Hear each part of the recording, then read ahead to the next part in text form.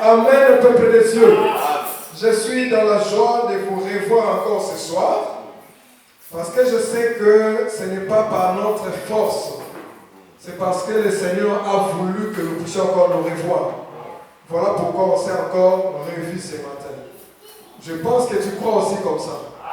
Voilà, que le Seigneur soit loué et qu'il vous bénisse, vous qui avez donné de l'avantage et de l'importance à la parole de Dieu. Vous vous êtes dit, quel que soit le climat, quelle que soit la température, je ne veux pas m'éloigner de la parole de Dieu. Amen. En tout cas, cette volonté-là, que le Seigneur vous bénisse pour cela. Que le Seigneur vous récompense. Amen, peuple de Dieu. Amen. Nous allons ouvrir nos Bibles. On va lire quelques écritures de la Bible. Nous commençons par lire Exode chapitre 40.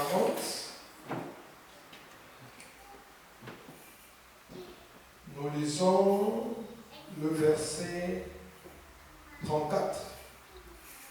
Exode chapitre 40. Nous lisons le verset 34 à 35. Lisons au nom de Jésus. Alors la nuée couvrit la tente d'assignation et la gloire de l'Éternel remplit le tabernacle. Moïse ne pouvait pas entrer dans la tente d'assignation parce que la nuée restait dessus et que la gloire de l'Éternel remplissait le tabernacle. On lit Nombre. On va lire notre verset de base.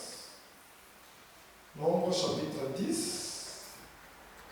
On va lire le verset 11. Le 20e jour du second mois de la seconde année, la nuée s'éleva de dessus le tabernacle du témoignage. On va encore lire un autre verset.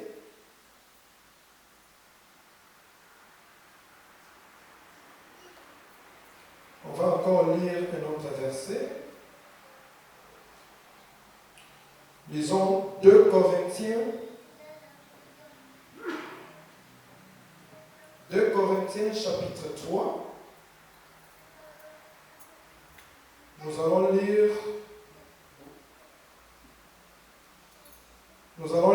le verset 2 Corinthiens chapitre 3. Nous allons lire à partir du verset... Lisons d'abord le verset 6 à 7. Il nous a aussi rendus capables d'être ministres d'une nouvelle alliance, non par la lettre, mais l'esprit, car la lettre tue, mais l'esprit vivifie. Nous lisons aussi le verset 18. Nous tous qui, les visages découverts, contemplons comme dans un miroir la gloire du Seigneur, nous sommes transformés en la même image, de gloire en gloire, comme par le Seigneur l'Esprit. Parole du Seigneur. Amen. Prions. Éternel Dieu de gloire, nous te disons merci pour ce temps que tu nous as encore donné. Merci de nous avoir encore rassemblés autour de ta parole pour discuter des Écritures. Nous savons que tu as dit dans les derniers jours, nul n'enseignera son concitoyen. Nous savons que nul n'enseignera son concitoyen parce que toi, le Seigneur, tu es là avec nous et tu es en train de nous enseigner. Voilà pourquoi nous demandons que toi-même, tu puisses nous enseigner à la manière dont tu le voudras. Et que cette parole qui va sortir ce soir puisse nous apporter la vie. Et que cette parole qui va sortir ce soir puisse résoudre les problèmes de chacun de ton peuple. Et que ton peuple, Père éternel, qui était, Père éternel, dans des problèmes, dans des situations difficiles, Maman la gloire à travers cette parole qui va sortir ce soir, ô Père éternel. Nous savons que le miracle accompagne tes Écritures. Un jour, le disciple avait prié disant, remplis-nous de ta puissance, afin que nous puissions annoncer ta parole avec pleine assurance. Et quand, Seigneur Jésus-Christ, ils ont commencé à annoncer ta parole, nous avons vu que l'assurance là qu'ils ont demandé, tu as accompagné leur parole par des miracles et des prodiges. Voilà pourquoi nous demandons que cette parole soit aussi accompagnée des miracles et des prodiges. Et que ton peuple voie ta main puissante dans leur vie. Au nom de Jésus-Christ, nous avons tous prié. Nous disons Amen. Amen, Amen les enfants de Dieu. Amen, Amen le peuple de Dieu. Que le Seigneur vous bénisse.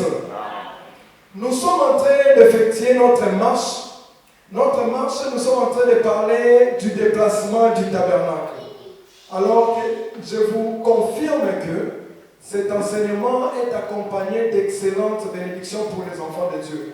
Vous tous qui êtes en train de laisser vos histoires, de laisser vos occupations, et vous venez ici pour suivre la parole de Dieu, laisse-moi vous confirmer que cette parole fera de grandes choses dans votre vie. Alors, nous sommes en train de parler sur le déplacement du tabernacle. Le tabernacle, quand le Seigneur a montré le tabernacle à Moïse sur la montagne de Sinaï, Moïse a vu le tabernacle. Moïse l'a vu. Il a vu le tabernacle. Je répète encore, Moïse a vu le tabernacle. Donc, c'est-à-dire, Moïse n'a pas seulement entendu le tabernacle, mais Moïse avait vu le tabernacle. C'est-à-dire, le tabernacle était sur la montagne. Alors, Moïse devait prendre ce tabernacle qui était sur la montagne et venir le dresser sur la terre. On a expliqué que ce tabernacle-là, c'est l'Église. C'est le corps du Christ qui est l'Église. Alors, on a expliqué que l'Église vient de l'éternité qui est la montagne et c'était venu installer sur la terre. Or, sur la terre, c'était le premier jour du premier mois de la seconde année que le tabernacle a été établi. Alors, on a expliqué la seconde année comme l'année de la grâce et on a expliqué le premier jour du premier mois le mardi passé. Alors, je vais prendre quelques minutes pour nous rappeler ce qu'on avait dit sur le premier jour du premier mois. On a dit ceci. Si vous lisez dans Chroniques, dans 2 Chroniques, vous allez voir que le roi Ézéchias, quand il est entré dans le pouvoir, il a trouvé que son père Akaz avait introduit l'insanité dans le pays. Le pays était devenu impur. Les histoires sacrées étaient devenues impures. Parce que les gens étaient en train d'utiliser ça. Lui-même était en train d'utiliser des histoires sacrées. Alors, lui maintenant quand il est venu, il devait maintenant nettoyer les temples de tout ce qui est impur et purifier les ustensiles du temple, de l'église de Dieu, de la nation de Dieu et du temple de Dieu. Est-ce qu'on est ensemble? Alors, nous avons vu que Ézéchias a commencé ces histoires-là le premier jour du premier mois. C'est alors qu'il a commencé à nettoyer, à purifier les tabernacles de Dieu, les temples de Dieu. Et ce n'est pas fini là-bas. Nous avons aussi vu Esdras, dans Esdras 10-17. Il devait aussi purifier le peuple. Parce que quand le peuple était en captivité, en l'étranger, en exil, le peuple de Dieu était allié aux femmes étrangères. Alors, les femmes étrangères, il était dit dans la loi qu'un juif ne peut pas se lier aux femmes étrangères. On avait même exhorté la fois passée, disant que aujourd'hui nous sommes dans le monde comme dans un pays étranger. Alors, tout ce qui est dans ces mondes, ce sont des femmes étrangères pour la mission. Parce que la femme, c'est la faiblesse c'est la chair. Tout ce que la chair va aimer, va apprécier dans ces mondes-ci, ce sont des histoires étrangères. On ne peut pas les trouver dans nous. On doit se débarrasser de ces histoires pour être pire devant le Seigneur. Est-ce qu'on est en train de comprendre? On a dit que tout ce qui est insanité, tout ce qui est calomnie, tout ce qui est la colère, tout ce qui est la haine, toutes ces histoires-là, ce sont les histoires du monde. Ce sont les femmes étrangères. Alors si toi es un enfant de Dieu, tu es attaché à ces histoires-là, c'est-à-dire que tu es attaché aux femmes étrangères. Tu dois les nettoyer de ton corps. Est-ce que vous comprenez? Voilà pourquoi l'apôtre Paul dit que celui qui fait ces histoires-là n'hériteront pas le royaume des cieux. L'apôtre Paul a dit les menteurs, les calomniateurs, les impudiques, n'hériteront pas le royaume. Vous savez pourquoi? C'est parce que ce sont des femmes étrangères qui vont vous retenir sur la terre. Comment tu peux être enlevé dans le ciel si tu es encore attaché à ces histoires-là? À moins que ces histoires partent avec toi, alors que ces histoires-là ne peuvent pas hériter. Donc c'est que tu vas rester avec ça. Voilà pourquoi on a exhorté disant que nous devons nous débarrasser des femmes étrangères. Alors, nous avons vu que Esdras a commencé cette purification, ce nettoyage du peuple le premier jour du premier mois. Et on a même vu que Dieu a même parlé à Ézéchiel de nettoyer, de purifier le peuple. De purifier, il a toujours commencé cette purification le premier jour du premier mois. C'est alors qu'on a commencé, on a compris que le premier jour du premier mois ne veut rien dire autre que la purification. Alors, un jour, cette purification a bordé la chair. Parce que la purification était venue sur la terre. Hébreux chapitre 1er, verset 3 nous le dit très bien. Il est l'empreinte de la personne de Dieu. Il est venu pour purifier le peuple de Dieu. Qui est celui-là qui est venu purifier? C'était la personne de Jésus-Christ. C'était lui le véritable premier jour du premier mois. Voilà pourquoi nous, les enfants de Dieu, nous ne fêtons pas les bonnes années de ce monde. Parce que les bonnes années de ce monde n'est qu'un jour physique. L'apôtre Paul a dit, je crains de travailler pour rien. Jusqu'aujourd'hui, vous n'êtes qu'en train de considérer les jours, les mois, les années. Nous ne considérons pas ça. Est-ce que vous comprenez? Si nous faisons une nuit de prière le premier jour du premier mois, pour nous, ce n'est pas parce que c'est le premier jour du premier mois qu'on a fait ça, non. Pour nous, c'est parce que c'est un jour comme tous les jours que nous faisons aussi cette prière-là. Est-ce que vous comprenez? Donc pour nous, les enfants de Dieu, les jours, le mois de ce monde, nous ne considérons pas ça. Nous voyons que tous les jours sont les mêmes. Est-ce que vous comprenez? Voilà pourquoi même mardi, même jeudi, même dimanche sont les jours de même nature. Il n'y a pas de différence. Alors pour nous, le premier jour du premier mois, c'est le Seigneur Jésus. Purifier le peuple. C'est ça ce qu'on avait dit. Alors, aujourd'hui, le premier, Jésus, l'apôtre Paul dit dans 2 Corinthiens chapitre 5, alors oui que si nous avons connu Jésus quant à la chair, aujourd'hui nous ne le connaissons pas de cette manière-là. Mais aujourd'hui nous connaissons Jésus comme la parole, parce que Jean chapitre 1er, verset 1er nous le dit. Donc aujourd'hui quand nous prêchons l'évangile, nous croyons que notre premier jour du premier mois c'est l'évangile. C'est cet évangile qui vient nous purifier. Voilà pourquoi on insistait disant que nous ne disons pas laisse le mal, abandonne le mal et viens à Jésus. Mais nous disons de la manière dont tu es, viens à Jésus. Parce que c'est ce jour, c'est cette parole ici qui est le premier jour du premier mois qui fait l'œuvre de purification. Et vous allez remarquer que le tabernacle a été établi, a été dressé le premier jour du premier mois. Par là, vous comprendrez que le tabernacle de Dieu, qui est l'église de Dieu, repose sur la purification. Tu ne peux pas dire que tu fais partie de l'église pendant que tu vis la vie d'impureté. C'est impossible. Est-ce que vous avez compris? Merci. C'est ce qu'on avait dit la fois passée. Donc, c'est-à-dire le premier jour du premier mois pour nous, ce n'est pas les bonnes années du monde, mais le premier jour du premier mois pour nous, c'est la purification. Or, ce qui purifie, c'est l'évangile. Est-ce que vous avez compris? Ça, c'est ce qu'on avait dit la fois passée. Alors, aujourd'hui, nous allons voir une autre chose. Nous avons lu dans Exode chapitre 40, verset 34, on a vu que Moïse a dit ceci. Quand le tabernacle était dressé sur la terre, écoutez-moi très bien, quand le tabernacle était dressé, parce que nous avons déjà quitté la montagne, nous sommes maintenant sur la terre. Quand le tabernacle était dressé sur la terre,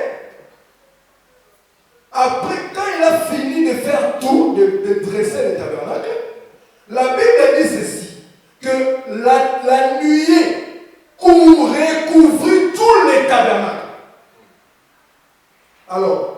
on est en train de parler de la marche du tabernacle, comment il a quitté le ciel sur la terre, de la terre vers Canaan, nous devons aussi comprendre cette nuée-là qui était en train de couvrir le tabernacle.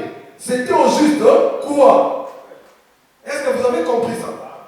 Parce que le tabernacle était recouvert de la nuée tout entier. La Bible dit ceci.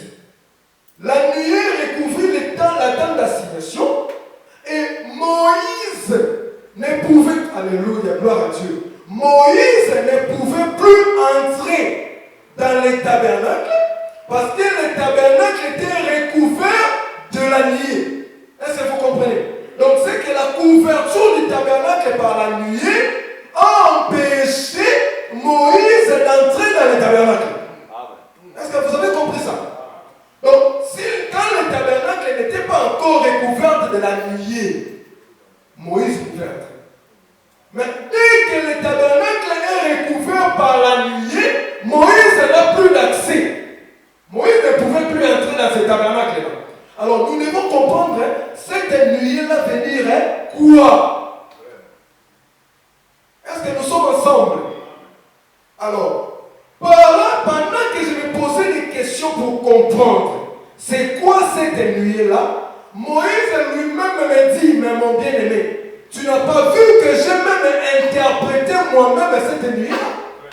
Parce que les Écritures s'interprètent par elles-mêmes. Si tu entres quelque part, on commence à te donner des définitions, on ouvre ici, on parle de la sagesse. On te dit, bon, ouvrons le dictionnaire. Quel dit le dictionnaire la sagesse? Non, c'est pas ça la parole de Dieu. C'est pas ça la parole de Dieu. Parce que si tu prends la définition de la sagesse du dictionnaire, tu le compares avec la sagesse de la Bible, c'est différent. Est-ce que vous comprenez? Parce que la Bible, c'est pas, il y a la sagesse de Dieu et la sagesse de l'homme. Et la sagesse de Dieu, là, c'est toute une personne. Vous voyez? Donc nous, je ferme cette parenthèse. Les Écritures doivent s'expliquer par elles-mêmes. Est-ce que nous comprenons? Alors, Moïse m'a appelé, viens mon bien-aimé. Moi-même, j'ai déjà interprété la nuée que j'avais vue.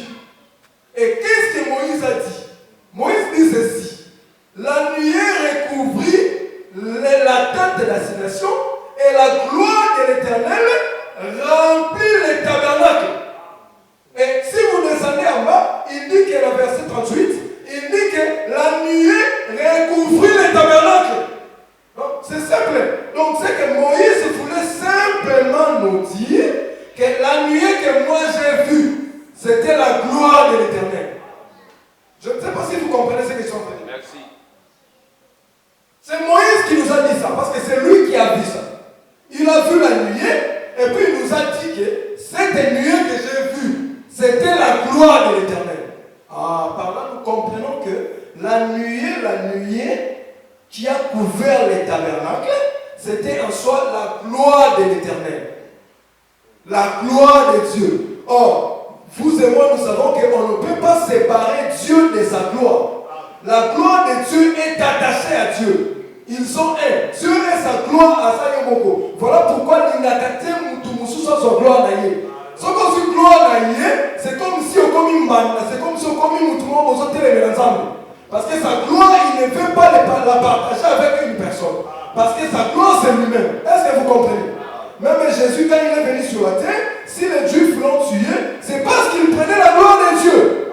Il ne comprenait pas que c'est Dieu-là qui leur parlait. C'était lui qui était venu en personne avec sa gloire.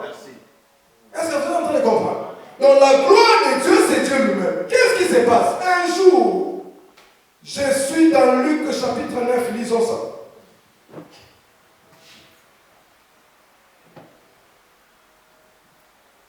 Je suis dans Luc chapitre 9. Vous allez lire du verset 28 jusqu'à 35. Moi, je vais seulement prendre quelques versets pour un peu gagner le temps. J'ai lu premièrement le verset 30. Alors, j'ai lu 30 à 31. Disons, et voici deux hommes s'entretenaient avec lui. C'était Moïse et Élie, qui apparaissant dans la gloire parlait de son départ qu'il allait accomplir à Jérusalem. compagnons étaient apaisantis par le sommeil.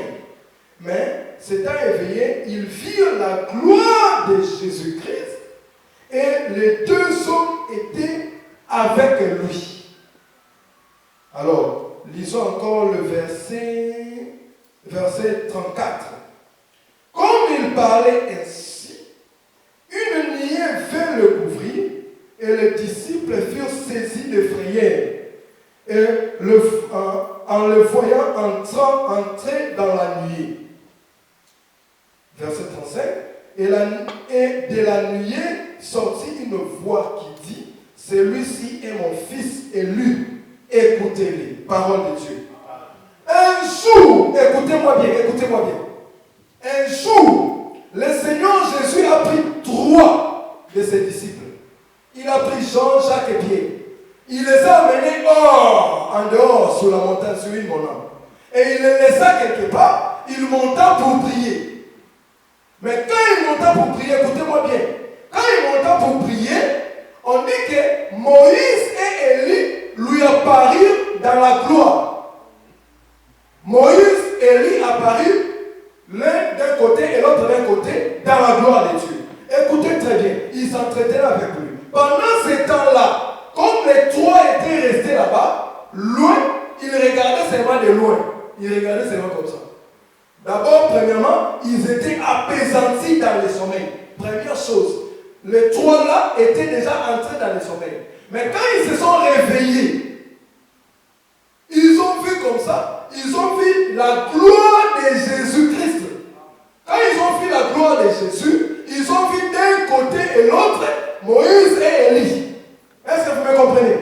À un certain moment, ils ont eu peur. Quand ils ont eu peur, le temps qu'ils relèvent encore les yeux comme ça, ils voient la nuée couvrir seulement Jésus.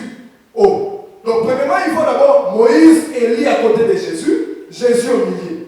Et après un temps, ils ne voient que Jésus sous la nuée. Est-ce que vous comprenez? Ils ont vu la gloire de Dieu et Jésus, Moïse et Élie là-bas.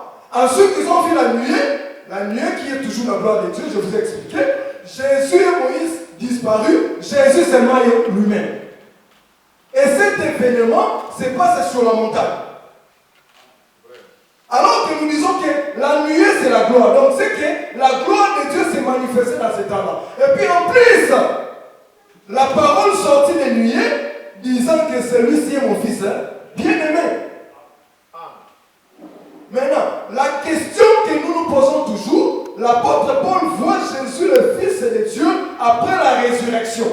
Mais cet événement s'était passé avant même la mort. Est-ce que vous comprenez ce que je dis? L'apôtre Paul voit Jésus après la résurrection dans Romains chapitre 1 verset 4. Il dit que Jésus est déclaré Fils de Dieu avec la puissance après la résurrection. Mais là-bas c'était avant même que Jésus ne meure. Mais il a déjà la puissance, il a déjà la gloire. Et puis il a été déclaré Fils de Dieu. Par là, nous comprenons noir sur blanc que cet événement-là, spirituellement parlant, ça nous parle seulement de la résurrection de Jésus. Écoutez bien, je vais vous expliquer. Jésus a amené 3 disciples. Or, vous et moi, nous savons une chose, que dans la Bible, le chiffre 3 représente la nation d'Israël, n'est-ce pas? Israël est venu, au lieu de rejoindre Jésus, je suis dans la révélation, faites attention. Et au lieu de rejoindre Jésus là où il était, mais Israël reste en bas, il voit la gloire de Dieu sur la montagne. Regardez-moi très bien, il voit la gloire de Dieu sur la montagne. Et qui Israël était en train de voir? Il voit de ce côté Moïse. Qui est Moïse? Moïse, c'est Israël, la partie d'Israël qui avait cru à Jésus. Représente ce Moïse-là. Qui est Élie? Élie, c'est la partie des nations. Pourquoi je dis la partie des nations? Parce que Élie était Tishbitz qui était élevé en Israël quand Israël était déjà divisé en 2. Écoutez-moi très bien. Quand Israël a été divisé, la nation a été divisée en 2, il y avait Juda et il y avait Israël. Samarie était considérée comme les nations. Alors Élie était élevé là-bas en Israël. Ce n'était pas au Juda. Est-ce que vous comprenez ce que je dis? Alors, Élie représente les nations qui ont cru. Moïse représente Israël qui a cru. Et l'événement s'est passé sur la montagne. Or, la montagne parle du royaume. Qu'est-ce dit la Bible? Lisons. Éphésiens chapitre 2.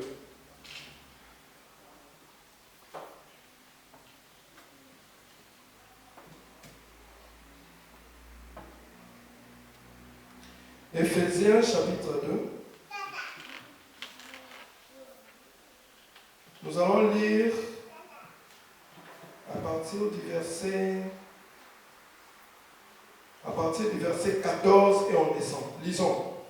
Car il est notre paix, lui qui des deux n'en a fait qu'un, et qui a renversé le mur de séparation, l'inimitié, et a anéanti par sa chair la loi des ordonnances de prescription, afin de créer en lui-même, avec les deux, un seul homme nouveau, en établissant la paix.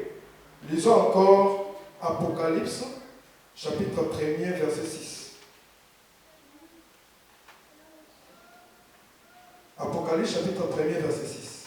Et qui a fait de nous un royaume de sacrificateurs pour Dieu, le Père, et à lui soit la gloire et la puissance au siècle des siècles.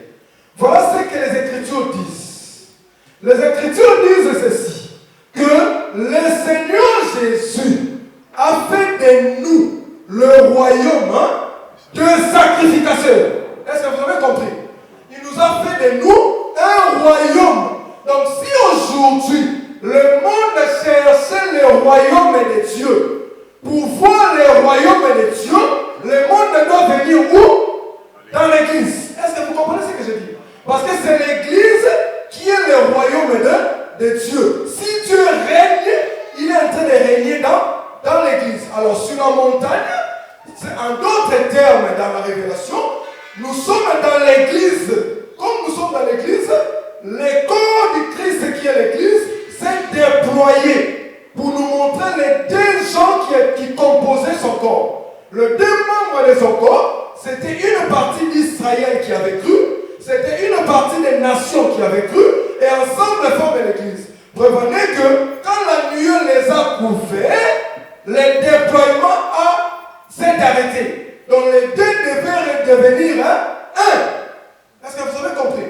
Voilà pourquoi nous avons lu ici, dans Éphésiens, la Bible dit que lui, qui de deux en a fait un. Donc ça dit qu'il a rassemblé deux peuples dans un même corps. Ce corps-là, c'est le corps de Jésus qui est l'église de Dieu aujourd'hui. Est-ce que vous êtes avec moi? Est-ce qu'on est ensemble? Est-ce qu'on peut acclamer le Seigneur? Acclamons le Seigneur. Acclamons pour le Seigneur. Acclamons pour le Seigneur. Acclamons pour le Seigneur. Acclamons vraiment. Que le Seigneur vous bénisse. Que le Seigneur vous bénisse.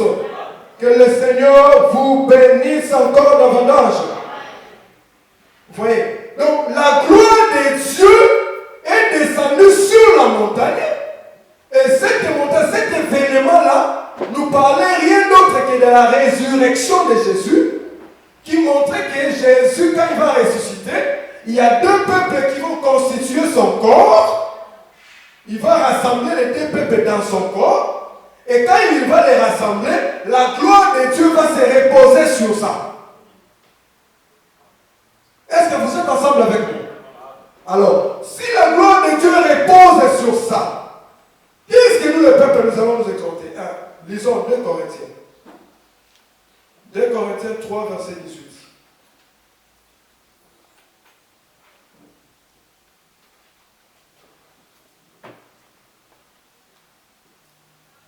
2 Corinthiens, chapitre 3,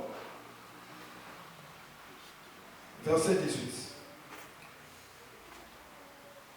On lit, nous tous qui avons le visage découvert, contemplons comme dans un miroir la gloire du Seigneur, nous sommes transformés en la même image de gloire en gloire, comme par le Seigneur l'Esprit, comme on venait de le lire ici. On lit aussi chapitre 4, le verset 6 à 7. Chapitre 4, lisons le verset 6 et le verset 7. Ça dit ceci. Car Dieu, qui a dit, la lumière brillera au sein des ténèbres, a fait briller la lumière dans vos cœurs pour faire resplendir la connaissance de la gloire de Dieu sur la face de Christ. Nous portons ces trésors dans des vases de terre, afin que cette grande puissance soit attribuée à Dieu et non pas à nous. Amen, le peuple de Dieu. La Bible dit quoi? Écoutez-moi bien. Aujourd'hui, le tabernacle de Dieu est sous la gloire de Dieu. Parce que Christ est ressuscité, il est maintenant couvert de la gloire. Vous savez ce que l'apôtre Paul a dit. Il a dit que lui qui existait en forme de Dieu, il est descendu dans le monde, dans le séjour du monde, mais quand il est retourné, il avait reçu la gloire. Vous comprenez? Cette gloire-là, c'est ce que l'Église est en train de couvrir. Parce que quand Christ reçoit la gloire, le corps du Christ, c'est ça l'Église que nous sommes. Est-ce que vous comprenez? Donc la gloire que Christ recouvre, nous aussi nous le recouvrons. Maintenant, qu'est-ce que dit l'apôtre Paul ici? Il dit que nous sommes en train de porter cette gloire dans des vases de terre. Est-ce que vous comprenez? Les vases de terre sont des corps que nous portons. Dans ces corps que nous portons, étant donné que tu es enfant de Dieu, tu dois le savoir que tu es en train de porter la gloire de Dieu dans ces vases de terre. Est-ce que quelqu'un a compris ça? Donc, c'est-à-dire, partout où tu vas marcher, tu dois garder en tête que nous sommes en train de porter la gloire de Dieu dans notre abisso. Donc, c'est-à-dire, mutakoko sakana na yo azate. Mutakoko sakana na yo azate. Quand tu portes la gloire de Dieu, raison pour laquelle la Bible dit ceci. Rien n'est impossible à Dieu et tout est possible à celui qui. Vous savez pourquoi il a dit ça? Parce que nous portons en nous la gloire de Dieu. Est-ce que vous êtes en train de comprendre ce que j'ai dit? Parce que Jésus, lui, c'est lui, le corps de Jésus, c'est lui l'Église. Alors, si le corps de Jésus est la demeure de la gloire de Dieu, c'est que vous et moi, nous sommes aussi la demeure de la gloire de Dieu. En d'autres termes, tu es capable de prier pour un malade et qu'un malade soit aussi guéri au nom de Jésus. Si réellement tu fais partie de l'Église, tu es capable de prier pour un malade et que le malade aussi soit guéri. Ce miracle-là, ou bien cette gloire-là, n'est pas donné seulement aux ministres ou bien aux serviteurs de Dieu. C'est donné à tout le monde. Vous savez ce que Jésus a dit? Vous savez ce que Jésus a dit? Tous qui croiront, à celui qui croira, oya kondima, parce que quand tu crois, tu es hanté à ce corps-là. Tu es attaché à ce corps-là. Alors si tu es attaché au corps de Jésus, tu peux faire les miracles. Il a dit, voici maintenant les miracles qui les accompagneront. Et quand il va commencer à citer les miracles, il dira que vous chasserez les démons. Vous imposerez les mains sur les malades.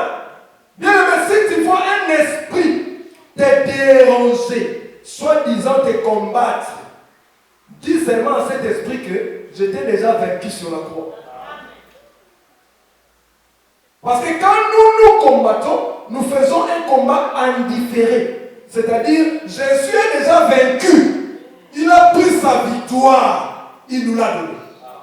Et maintenant, ce que nous avons fait, c'est seulement appliquer cela, pratiquer cette victoire. Quel est cet avantage? Donc toi, tu fais quelque chose qui est déjà indifférent. C'est-à-dire, le combat a déjà été vaincu par toi. C'est comme un film. Donc, tu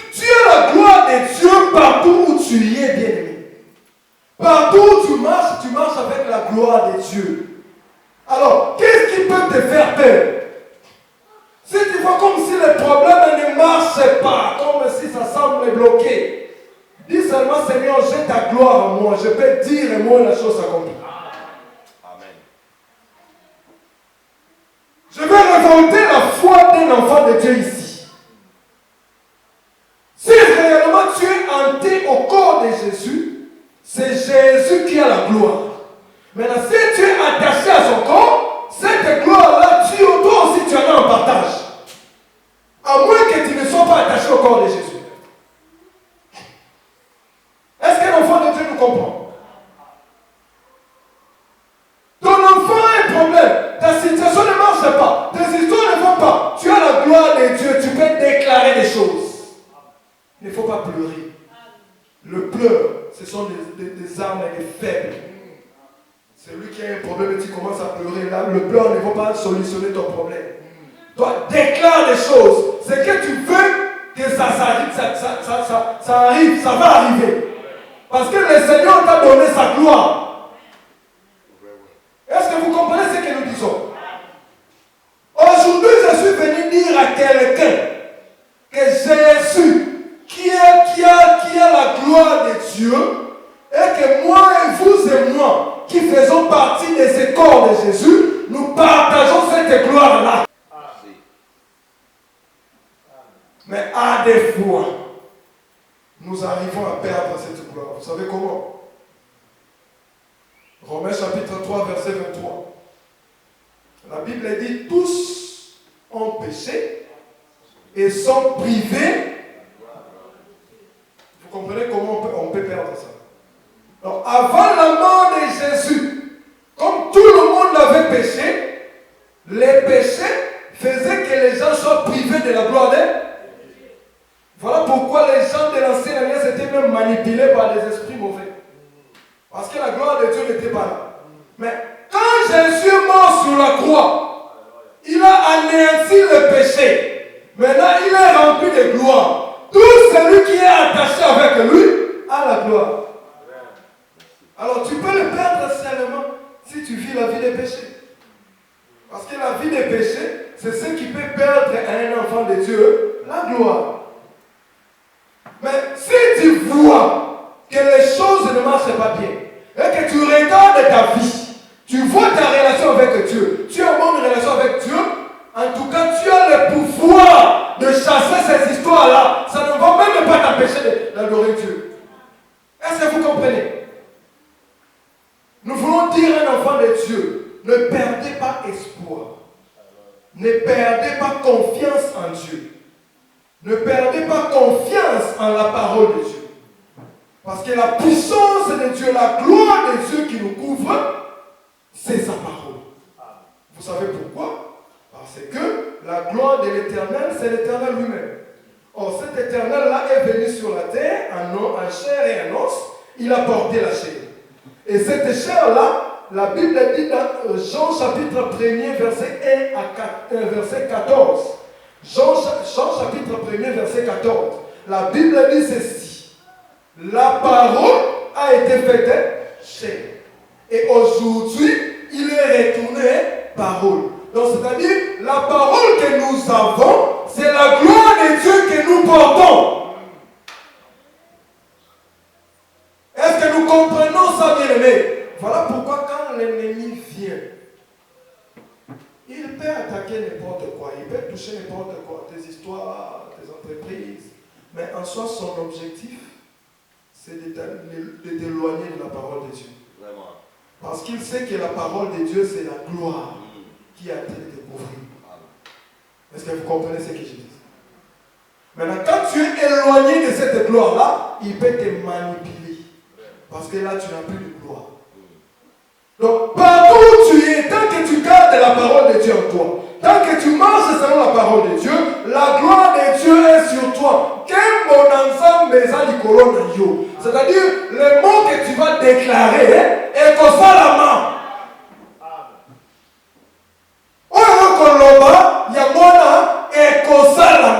À moins que tu doutes. À moins que tu doutes. Parce que sur la montagne de